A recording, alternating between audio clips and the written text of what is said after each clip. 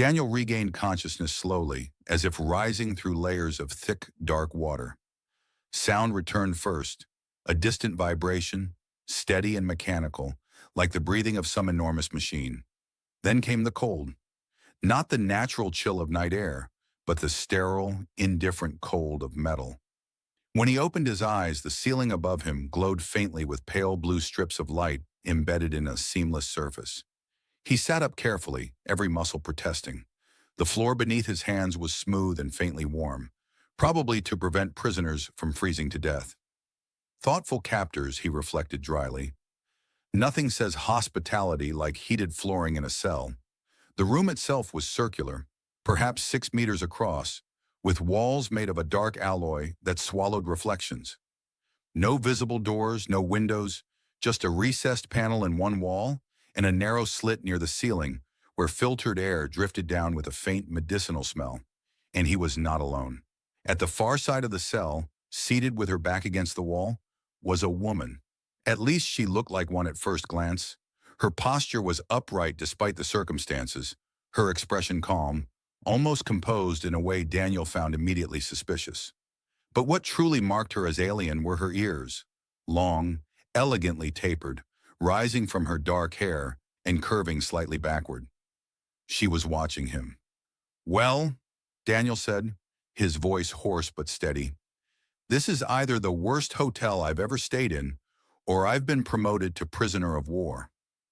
The woman tilted her head slightly, studying him as though evaluating a curious specimen. Then to his surprise, she replied in clear, measured English. "If this is a hotel," she said, "the service is extremely poor. I have yet to see a menu." Daniel blinked, then gave a short laugh that echoed faintly in the chamber. "Good. You speak sarcasm. That's encouraging." "I speak many languages," she said. "Sarcasm is among the simplest." He pushed himself to his feet, swaying slightly until his balance returned. "Daniel Reyes," he said, gesturing to himself. "Human. Soldier. Apparently unemployed at the moment." "Syveth," she replied. "Kyrathi. Also unemployed." For a moment they regarded each other in silence, the hum of distant machinery filling the space between them. Daniel walked slowly around the perimeter of the cell, running his fingers along the seamless wall, testing for joints or hidden mechanisms. There were none he could detect. Whoever had built this place understood containment very well. "They took your weapons too, I assume?" he said over his shoulder. Syveth lifted one eyebrow slightly. "Yes." "I protested.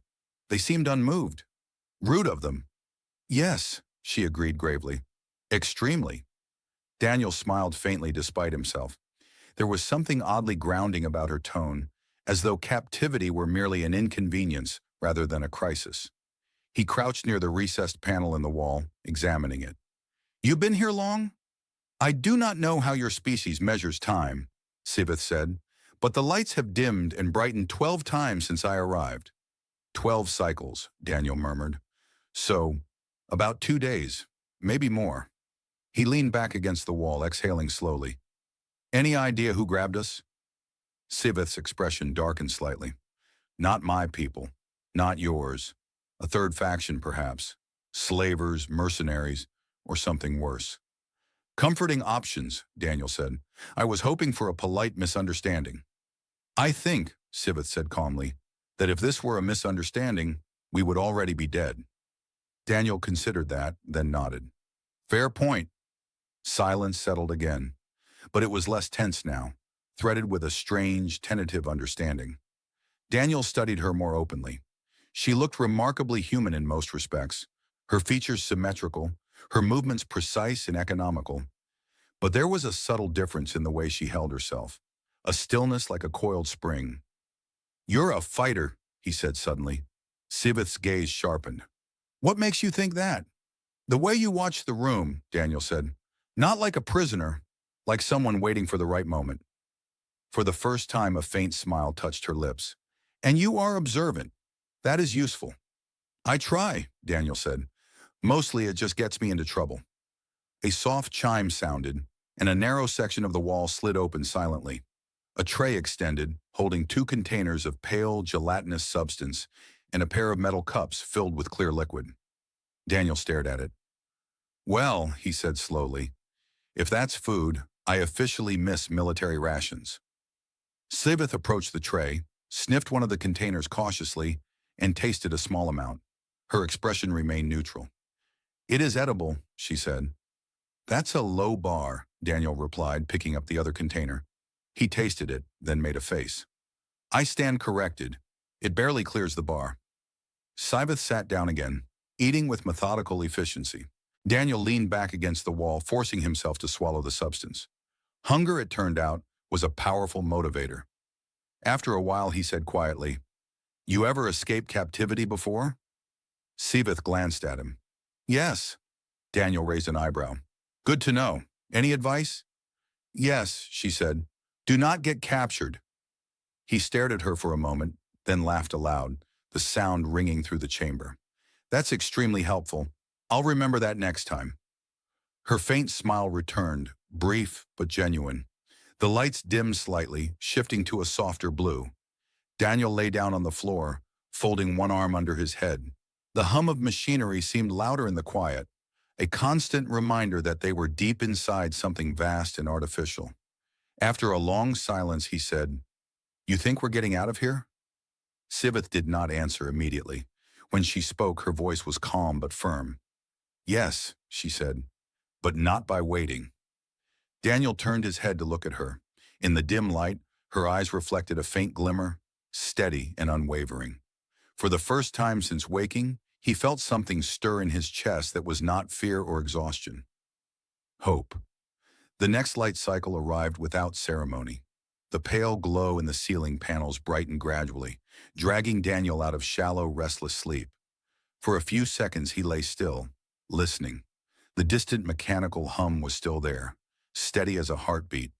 No footsteps, no voices, just the quiet persistence of machinery keeping something vast alive. He sat up and rubbed his face. Across the cell, Syveth was already awake, sitting cross-legged, eyes closed, breathing in a slow, controlled rhythm. Meditation? Daniel asked, his voice still rough. Syveth opened one eye. No, I am counting vibrations. That sounds less relaxing. It is not meant to be relaxing, she said. Daniel pushed himself to his feet and stretched, wincing as stiffness pulled at his muscles. And what have the vibrations told you?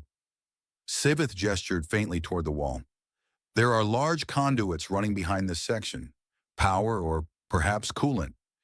Every 9 minutes there is a surge. It causes a slight structural expansion.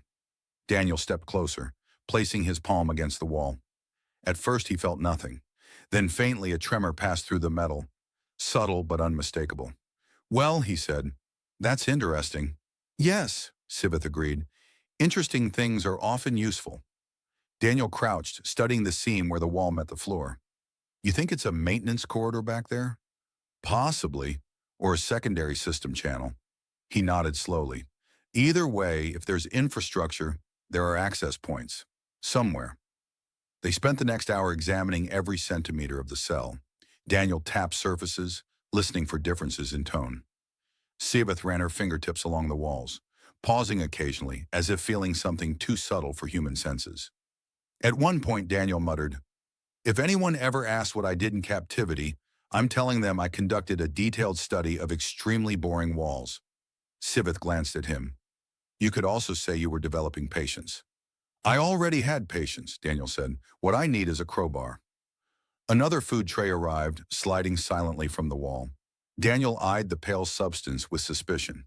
You ever notice, he said, that prison food always looks like it was designed by someone who hates joy? Syveth tasted a small portion, then nodded thoughtfully.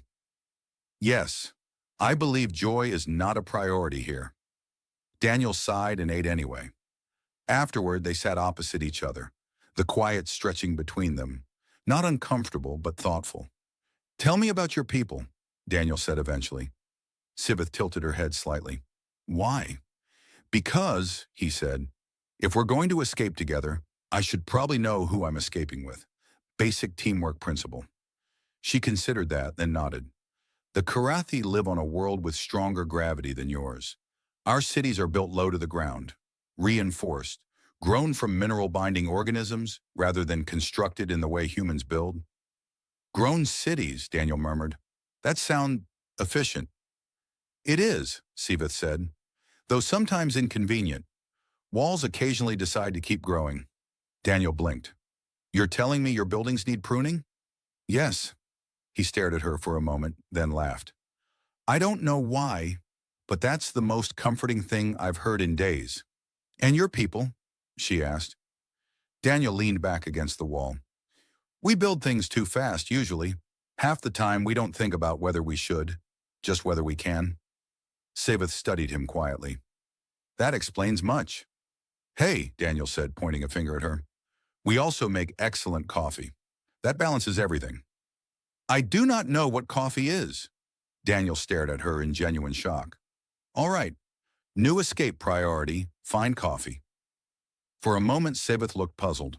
Then she realized he was joking, and a faint smile touched her lips. The next vibration passed through the wall, slightly stronger this time. Daniel's expression sharpened. You feel that? He said. Yes. That surge, it's not just power, Daniel said slowly. It's cycling something heavy, something that draws a lot of energy. Syveth nodded. A gate, perhaps, or a lift. Daniel's mind began assembling possibilities, patterns forming like constellations. If there's a lift system nearby, that means vertical movement, which means multiple levels, which means... He looked at her. Traffic. Yes, Syveth said. And traffic means opportunity. They fell into planning almost without realizing it, sketching possibilities in the dust on the floor, mapping imagined corridors and guard rotations based on faint sounds and vibrations. It was all speculation, but it gave their thoughts direction, and direction felt like progress. At one point, Daniel frowned at their crude diagram.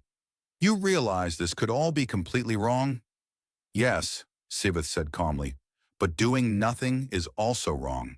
He nodded. Fair enough. Time passed, marked only by light cycles and the arrival of tasteless meals. But something had changed. The cell no longer felt like a tomb. It felt like a puzzle. One cycle, as they sat quietly, Daniel said, You don't seem afraid. Syveth considered the question.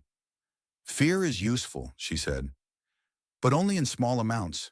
Too much, and it becomes heavy. It slows you. Daniel nodded slowly. Yeah, I've seen that. She looked at him. You are afraid. Of course I am, Daniel said. Anyone who isn't afraid in a place like this is either lying or very stupid. Syveth tilted her head slightly. You do not seem stupid. I appreciate that, Daniel said solemnly. I work very hard to maintain that reputation. A faint sound echoed beyond the walls. Distant footsteps, heavier than before, accompanied by a low mechanical whir. Daniel and Syveth exchanged a glance. Instantly, the humor vanished, replaced by sharp focus. Something's changing, Daniel whispered. Yes, Syveth said quietly.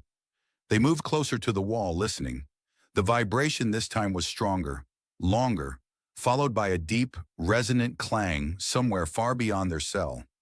Daniel felt his pulse quicken, not with panic, but with anticipation. The prison was moving, and for the first time he began to understand that their captivity was not static. It was part of something larger, something in motion. He looked at Syveth, and she met his gaze with the same realization in her eyes. The game, it seemed, was beginning. The movement of the prison did not stop. At first it was subtle, deep, distant tremors passing through the structure at irregular intervals, like the slow turning of massive gears. But over the next cycles, the vibrations became more frequent, and sometimes a faint shift in gravity accompanied them. Just enough to make Daniel's stomach feel briefly weightless before the floor steadied again. This isn't a ground facility, Daniel said one cycle, sitting with his back against the wall. We're in transit. Yes, Syveth replied. A carrier, or perhaps a mobile station. Daniel exhaled slowly. That complicates things. It also creates new possibilities, Syveth said. He glanced at her. You're an optimist. I am realistic, she replied calmly. Movement means docking, loading, unloading. Activity means mistakes. Daniel smiled faintly. I like the way you think. They continued their observations with growing precision. Daniel timed the tremors, marking intervals by counting breaths. Syveth listened for changes in the pitch of distant engines, her hearing sharper than his, able to distinguish subtle tonal shifts in the mechanical chorus surrounding them. One cycle, while they sat in silence, Syveth suddenly raised her hand. Listen, she whispered. Daniel held his breath. Faintly beyond the wall came a rhythmic clicking sound, irregular but deliberate, followed by a metallic scrape. Not the steady hum of machinery, something else, something mechanical but mobile. Maintenance drones, Daniel murmured. Yes, Syveth said. Small ones. Daniel's eyes lit with cautious excitement. Small drones need access points, panels, shafts. They both turned their attention to the recessed section of the wall where the food tray appeared. Daniel crouched, examining the edges carefully.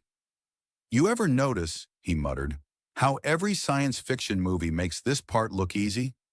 I do not know what a movie is, Syveth said. Daniel sighed. Of course you don't. After a moment, she added, but I suspect this part is not easy. Correct, Daniel said. Very correct. He pressed his fingers along the panel's edges, searching for any imperfection, any weakness. The construction was precise, almost seamless, but not perfect. Nothing ever was. There, he said quietly. Syveth leaned closer.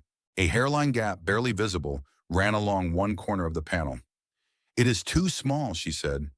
For fingers, yes, Daniel replied, but maybe not for tools. We have no tools. Daniel held up the empty metal cup from their last meal. We have this. Syveth studied it, then nodded slowly. It may work. Over the next cycles, they began carefully, patiently working at the gap, using the cup's rim to pry and scrape, never applying enough force to create noise that might carry beyond the cell. Progress was agonizingly slow, fractions of a millimeter at a time, but progress nonetheless. At one point, Daniel leaned back, rubbing his sore hands. When I enlisted, he said, I imagined heroic charges, daring rescues, not spending hours trying to dismantle a wall with kitchenware. Syveth tilted her head. And yet here you are. Very heroic. I feel extremely heroic, Daniel said solemnly. I may request a medal shaped like a spoon. A faint smile crossed her face. The work continued. As they labored, their conversations flowed more easily, filling the silence with fragments of memory and humor. Daniel told stories about fellow soldiers, about training exercises that had gone spectacularly wrong, about a lieutenant who once got lost in a simulation and tried to negotiate surrender with a vending machine. Syveth listened, occasionally asking questions that revealed her unfamiliarity with human absurdities. Why would a machine negotiate? She asked. It wouldn't, Daniel said. That was the problem. For the first time, Syveth laughed openly, a clear, brief sound that seemed almost out of place in the sterile chamber. Daniel paused, surprised.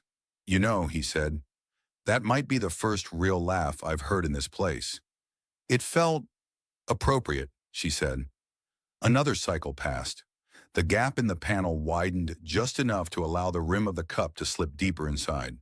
One careful twist and something inside gave with a faint metallic click. Daniel froze, listening. No alarms, no footsteps. Slowly, carefully, he eased the panel outward.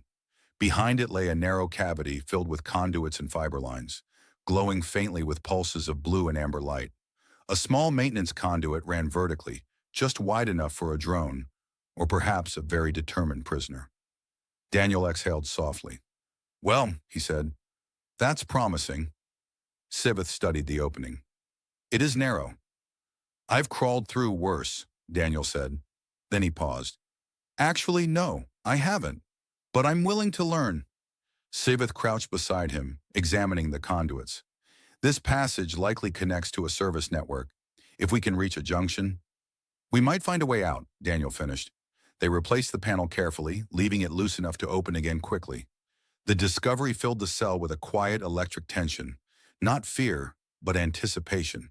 That cycle, neither of them slept much. At one point lying on the floor, Daniel said quietly, You know, if we get out of this, I'm going to appreciate very small things. Fresh air, real food, chairs that aren't bolted to the floor. Syveth was silent for a moment. I will appreciate silence, she said finally. True silence, not this endless machine noise. Daniel nodded. Yeah, that too. The lights dimmed, casting the cell in deep blue shadow. The distant hum of engines seemed louder in the darkness, like the breathing of some enormous beast carrying them through the void. Daniel stared at the ceiling, feeling the faint vibration of motion beneath him, and realized something had changed again. They were no longer merely prisoners. They were planning, and planning, he thought, was the first step toward freedom. The next cycles passed in careful preparation. Daniel and Syveth no longer spoke of escape as a distant possibility. Now it was a matter of timing, precision, and patience. The loosened panel remained in place, appearing untouched to anyone glancing at it. But both of them could open it within seconds. Daniel spent hours studying the rhythm of sounds beyond the walls. Footsteps, mechanical drones, the deep pulses of the engines. He began to recognize patterns, subtle repetitions that revealed routines in the operation of the facility. Syveth focused on the conduit itself.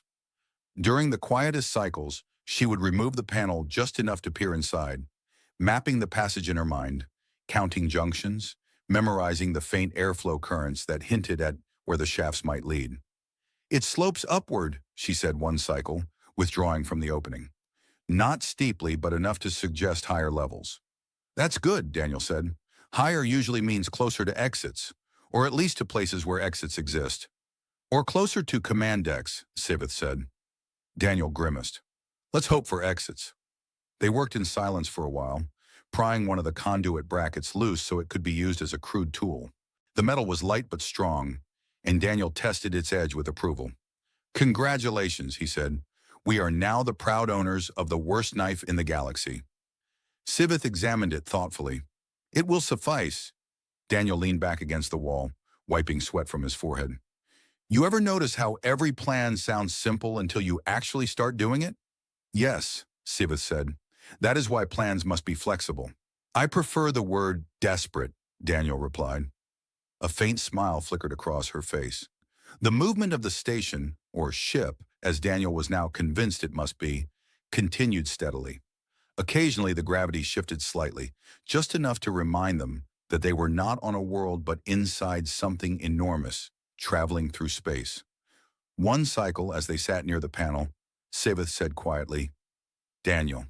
He looked at her. Yeah, if something happens during the escape, if only one of us can proceed. Daniel shook his head immediately. No, you do not yet know what I was going to say. I know enough, he replied. We get out together, or we don't get out at all. Syveth studied him for a moment, her expression unreadable. Then she inclined her head slightly. Very well. They fell silent again, but the silence felt different, denser, more charged, as though something unspoken had passed between them. The next time the maintenance drones moved through the conduits, the sound was closer than before. A faint whirring passed just beyond the wall, accompanied by the soft clicking of articulated limbs. Daniel froze, listening. That shaft connects to an active network, he whispered, which means it's maintained, which means it leads somewhere important. Yes, Syveth said softly. They waited until the sound faded, then opened the panel again. Cool air flowed from the conduit, carrying the faint scent of ozone and machine oil. Daniel peered inside, his shoulders just fitting through the opening as he leaned in. The passage extended upward into darkness, lit only by thin strips of dim maintenance lighting. Claustrophobic, he muttered. You will manage, Syveth said calmly. I know, Daniel said. I'm just complaining in advance. They replaced the panel once more. The time for action was close, but not yet. Both of them understood that rushing now could destroy everything they had worked toward. Later, as the lights dimmed for the rest cycle, Daniel lay on the floor staring at the ceiling. You know, he said quietly, back in training, they always told us captivity is about endurance. Survive long enough, and eventually something changes. And now something has, Syveth said. Yeah. Another silence followed, softer this time. Then unexpectedly, Syveth spoke again. In Kyrathi culture, she said, there is a belief that survival shared is stronger than survival alone. Daniel turned his head slightly. Makes sense. It is more than that, she continued. To depend on another completely, to entrust them with your life, and to accept your life in their hands. That is considered the deepest bond two people can form. Daniel listened quietly, sensing the weight behind her words. Syveth shifted slightly closer, her voice lowering so that it was almost lost beneath the distant hum of the engines. If we escape, she whispered, I will marry you. For a moment, Daniel thought he had misheard. He turned to look at her, but her expression was calm, serious without hesitation. What?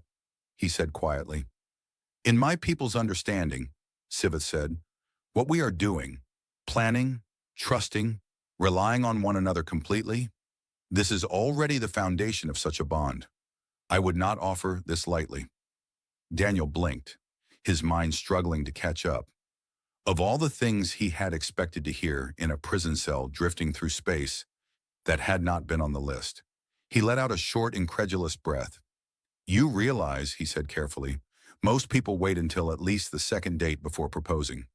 I do not know what a date is, Syveth replied. Daniel covered his face briefly, stifling a laugh despite the surreal gravity of the moment. Of course you don't. When he lowered his hand, she was still watching him, her gaze steady, patient. You are under no obligation to answer now, she said. Survival comes first. Daniel nodded slowly. Yeah, he said. Survival comes first. But as he lay back again, staring at the dim ceiling, he found that his thoughts were no longer focused solely on escape routes and guard patterns. Something had shifted, quietly but irreversibly. The future, which had once seemed as narrow as the walls around them, had suddenly become vast and uncertain, and strangely, impossibly, brighter. Daniel did not sleep much after Syveth's words. It was not that he was disturbed or frightened by what she had said. It was simply unexpected. Marriage was not a concept he associated with prison cells, maintenance shafts, and the constant hum of engines carrying them through the void. Yet the calm certainty in her voice had made it impossible to dismiss as a joke or a moment of stress. By the next light cycle, he had forced his thoughts back to the matter that mattered most: getting out alive. Syveth was already awake, studying the panel. We should move soon, she said quietly. The maintenance drones passed twice during the last cycle. That suggests a scheduled inspection period. If we enter the conduit after the next pass, we may have several minutes before another unit arrives. Daniel nodded, grateful for the clarity of practical decisions. Then we go after the next meal delivery. Less chance of interruption. They ate in silence when the tray arrived. Daniel forced down the tasteless substance, then tapped the empty container thoughtfully. You know, he said, if we survive this, I'm opening a restaurant. Syveth raised an eyebrow. With food like this? No, Daniel said. With food that actually tastes like food, I'll become famous instantly. I would visit such a place, Syveth said solemnly. That's my first customer secured then. The faint whir of a maintenance drone passed beyond the wall, growing louder, then fading again. Daniel and Syveth exchanged a glance. It is time, she said. They moved quickly but without haste. The panel came free with a soft metallic click, revealing the narrow conduit. Cool air flowed from the shaft, carrying the distant scent of machinery and ozone. Daniel slipped inside first, pulling himself upward into the passage. The space was tight, forcing him to move slowly, using elbows and knees to push forward. The metal surface was cold and slightly rough beneath his hands. I take back every complaint I ever made about cramped quarters, he muttered. Syveth followed behind him with silent efficiency. You complain often? It's a talent, Daniel whispered. Highly refined. The conduit sloped upward, just as Syveth had predicted. Dim maintenance lights cast a pale glow, leaving long shadows that shifted as they moved. After several meters, the shaft widened slightly, opening into a small junction chamber filled with cables and conduits branching in multiple directions. A faint vibration pulsed through the walls, stronger here than in the cell. Daniel paused, catching his breath. All right, he whispered. Which way? Syveth closed her eyes briefly, listening. After a moment, she pointed to a passage on the left. Airflow is stronger there. It likely leads toward larger compartments. Daniel nodded. Lead the way. They moved again, slower now, listening constantly for any sign of drones or guards. Twice they froze as distant mechanical sounds echoed through the shafts, waiting motionless until the danger passed. At one point, Daniel's sleeve caught on a protruding bracket, and he nearly swore aloud before remembering where he was. Everything all right? Syveth whispered behind him. Yes, Daniel said quietly. I am being defeated by a piece of metal. That is unfortunate, she said. It does not seem like a worthy opponent. I disagree, Daniel whispered. It's winning. They continued upward. The air grew slightly warmer, and the hum of machinery deepened, resonating through the structure like the distant roar of a storm. Eventually, the passage ended at a narrow vent grill. Faint light filtered through the slits. Daniel eased closer and peered through. Beyond the grill lay a corridor, wide, metallic, and empty. Soft white lighting reflected off polished surfaces, and the air shimmered faintly with the presence of invisible force fields guarding distant doorways. Daniel felt a surge of cautious hope. We're close, he whispered. Syveth moved beside him, her eyes scanning the corridor through the narrow openings. There are no guards in sight. Not yet, Daniel said. Working carefully, they loosened the grill and eased it free, lowering it silently to the floor of the shaft. Daniel slipped out first, landing lightly on the corridor floor. The air felt different here, cleaner, less stale than the cell. Syveth joined him a moment later, replacing the grill loosely behind them. For a few seconds, they stood still, listening. The corridor remained silent. Daniel exhaled slowly. Well, he murmured, step one complete. Syveth nodded, her expression focused but calm. They moved down the corridor, staying close to the walls, passing closed doors marked with unfamiliar symbols.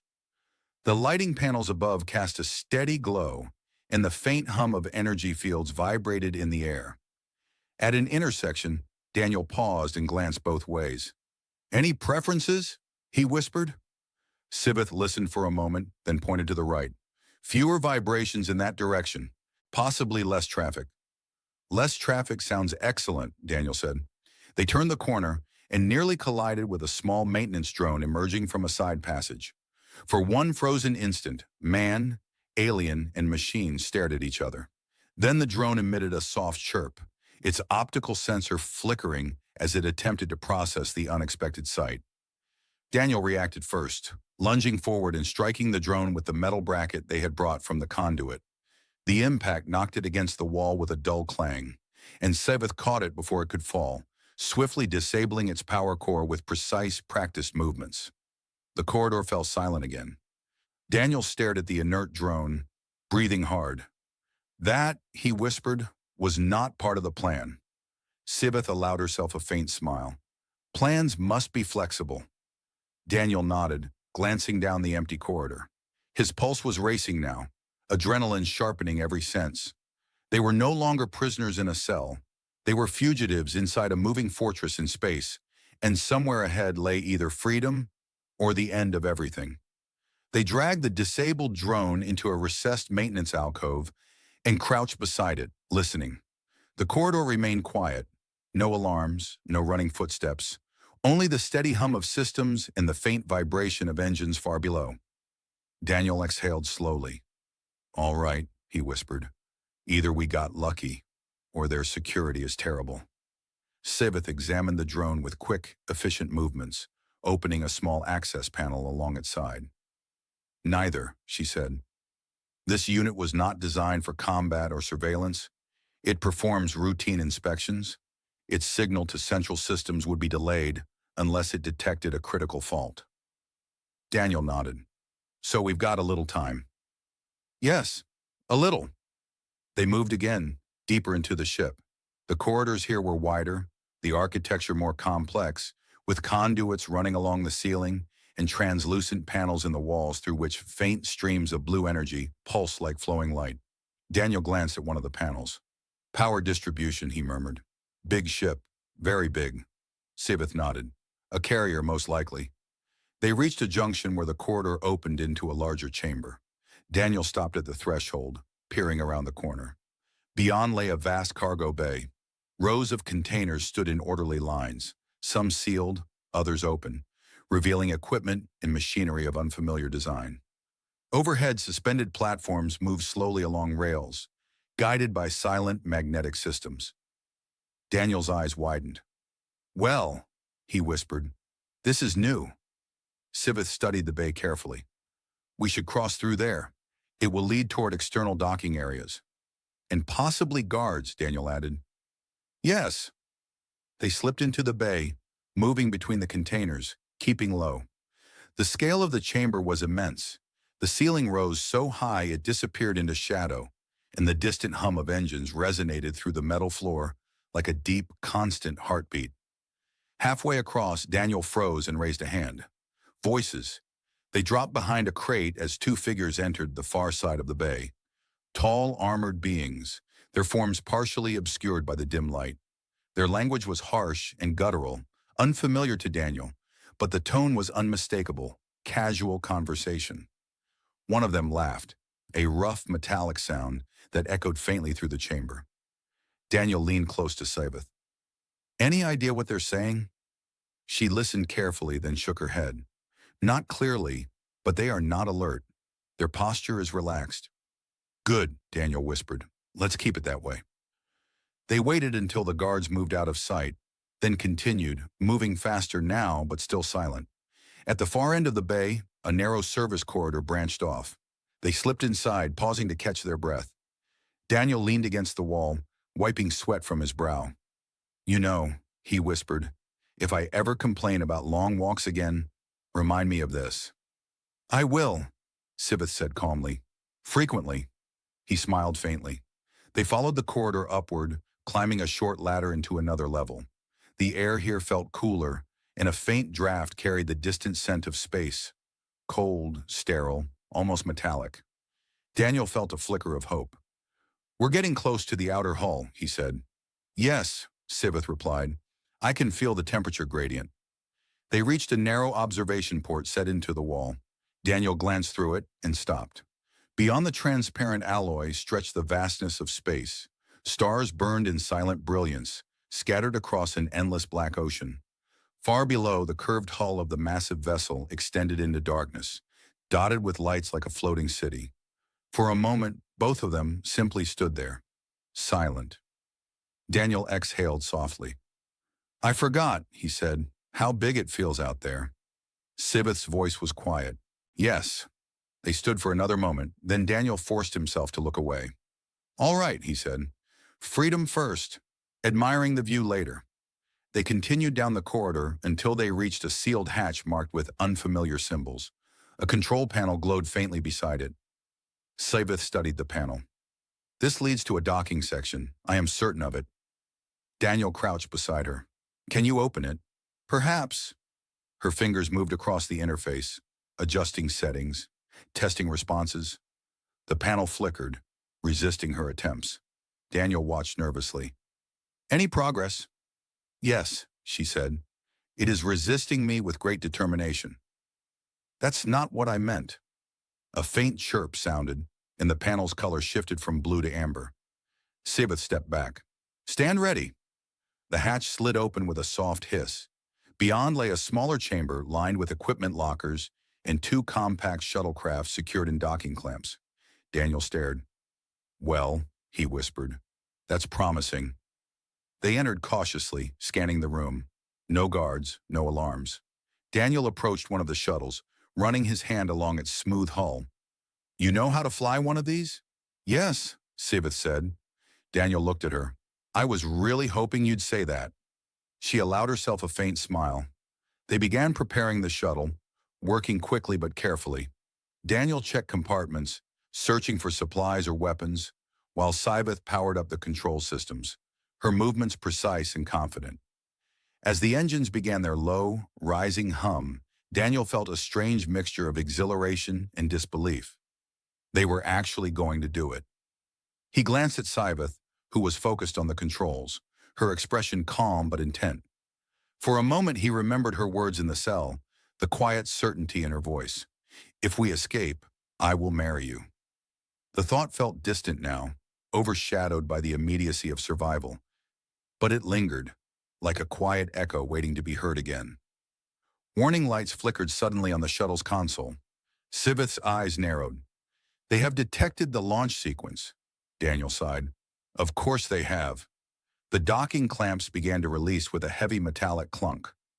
Daniel strapped himself into the co-pilot's seat, gripping the armrests as the shuttle engines roared to life. "Well," he said, glancing at Syveth, "no pressure." She glanced back at him, her expression calm, almost amused. "I do not feel pressure," she said. "I feel focus." The shuttle surged forward, launching into the vast darkness beyond the carrier. And behind them, alarms began to howl. The shuttle tore through the darkness, engines flaring white against the endless black. Daniel felt the acceleration press him into the seat as Syveth guided the craft away from the carrier's immense shadow. Behind them, warning beacons flashed along the hull of the prison ship, and smaller interceptors began to detach like sparks drifting from a fire. "They're launching pursuit craft," Daniel said, glancing at the tactical display. "Yes," Syveth replied calmly, adjusting the thrust vector. "I expected this." "That's reassuring," Daniel muttered. The shuttle shuddered as a burst of energy fire passed behind them, close enough to make the hull vibrate. Daniel swallowed, gripping the console. "You ever flown one of these under fire before?" he asked. "Yes." "Good," Daniel said, "because I definitely haven't." Syveth angled the shuttle toward a dense field of drifting debris, fragments of rock and ice orbiting a dim, distant moon. The shuttle plunged into the field, weaving between tumbling masses of stone. The pursuing interceptors hesitated, then followed, their engines flickering through the haze. Daniel leaned forward, watching the display. "You're using the debris to break their targeting locks." "Yes." "You know," he said, "I'm starting to appreciate Kyrathi survival techniques." Syveth allowed herself the faintest smile. A sudden jolt shook the shuttle as a small fragment struck the hull. Warning lights flickered briefly, then stabilized. "Still intact," Daniel said. "That's encouraging." They darted through the last of the debris field and emerged into open space. The interceptors were farther behind now, their signals fading on the display. Syveth reduced thrust slightly, letting the shuttle drift along a calculated vector that would carry them toward a sparsely inhabited trade route. After several long minutes, the pursuit signals disappeared entirely. Daniel exhaled slowly, leaning back in his seat. "I think we made it." "Yes," Syveth said quietly. For a while, neither of them spoke. The shuttle drifted in silence, the stars outside the viewport shining with quiet indifference. Daniel studied his hands, still trembling slightly from adrenaline. He realized with a strange clarity that something inside him had changed. The fear that had once filled every moment of captivity had been replaced by something steadier. Not confidence exactly, but trust. Trust in his own decisions and in the person sitting beside him. He looked at Syveth. "So," he said softly, "what happens now?" "We continue," she replied. "There is a neutral outpost 2 days from here at this velocity. They will not ask many questions." Daniel nodded. "Sounds good." Silence settled again, but it was no longer heavy. It was peaceful. After a while, Syveth spoke, her voice calm but firm. "I meant what I said." Daniel glanced at her. "I know. The bond we formed," she continued, "was not created by fear alone. It was created by trust, by shared survival, by relying on one another completely. Among my people, that is marriage in its truest form." Daniel looked out at the stars for a long moment before answering. "When you first said that," he admitted, "I thought it was the stress talking. I thought, once we were safe, you might feel differently."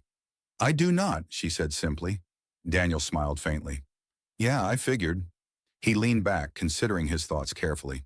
The old version of himself, the one who had woken in that cold cell, uncertain and alone, would have hesitated, searching for reasons to avoid such a commitment, to retreat into familiar ground. But that man had changed.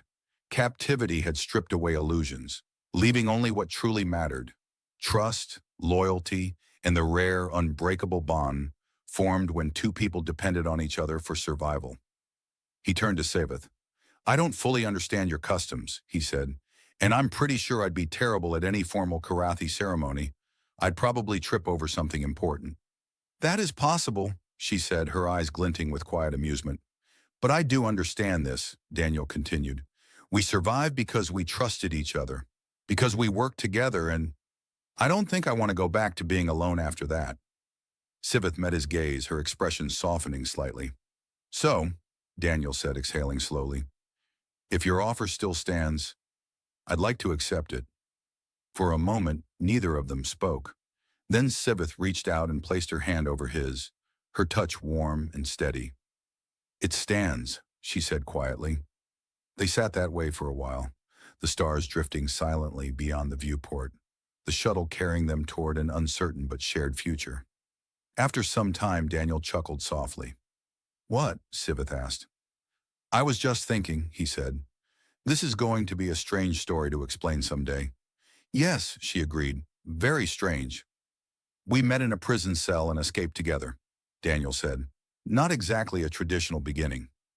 Syveth's faint smile returned. Among my people, it would be considered an excellent beginning. Daniel laughed quietly, the sound warm and genuine.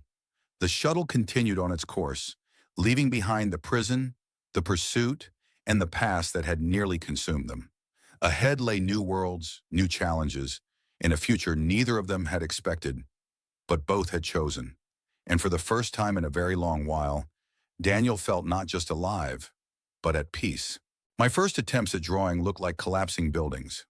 That is reassuring, Kyrathi said solemnly. They laughed, and the sound felt natural now, no longer surprising to either of them. The rumors aboard the station eventually faded, replaced by other concerns, other conversations. Soldiers grew accustomed to the sight of Kyrathi walking through the human sector, just as they had once grown accustomed to her silent presence on the tactical deck. What had seemed unusual slowly became ordinary. One afternoon, the cadet who had once asked about literature approached her again. Commander, he said hesitantly, is it true you're teaching a small discussion group now? Yes, Kyrathi said. The cadet blinked. Discussion about books? Yes. He looked as if he had just witnessed a star change direction. Kyrathi continued walking, almost smiling. That evening, she arrived at Marcus's quarters later than usual. He looked up from his desk. Long day. Yes, she said, sitting down. I was explaining poetry to 3 engineers. Marcus winced. That sounds dangerous. One of them attempted to calculate the probability of metaphor, Kyrathi said. Marcus burst out laughing. And? I told him it was incalculable. Good answer. They sat together in comfortable silence, the projection of the ocean moving slowly on the wall, the resonance stone humming faintly on the desk. Outside, the distant stars shone steadily, indifferent to the small lives unfolding within the station. After a while, Marcus said, Do you ever think about what would have happened if you hadn't opened that door? Kyrathi considered. Yes. And I would still be efficient, she said. And incomplete. Marcus nodded, understanding more than the words alone expressed. Kyrathi looked around the room. The books, the instruments, the memory plates, the quiet evidence of 2 lives gradually intertwining without force or urgency. I once believed strength meant enduring everything alone, she said. Now I understand that strength can also mean allowing change. Marcus smiled faintly. Humans usually need decades to figure that out. Kyrathi tilted her head slightly. Then I am learning quickly. Later, as the station lights dimmed and the artificial night settled over the corridors, Kyrathi stood by the door as she often did. But this time, she did not reach for the panel immediately. Marcus, she said. Yes? I have requested a reassignment of quarters. Marcus raised an eyebrow. Closer to this sector? Yes, he smiled. That seems practical. Yes, Kyrathi said. Then after a pause, she added, and desirable. Marcus nodded, and neither of them felt the need to say more. Kyrathi stepped into the corridor, but instead of turning toward her old quarters, she walked in the opposite direction, toward a new section of the station where her future living space was being prepared. The corridor lights glowed softly, reflecting off the polished floor, and the steady hum of the station surrounded her like a familiar song. For the first time in her life, she was not walking toward duty or away from danger. She was simply walking forward. And she knew, with quiet certainty, that she was no longer the warrior who had entered the wrong door by accident. She was someone who had chosen to stay,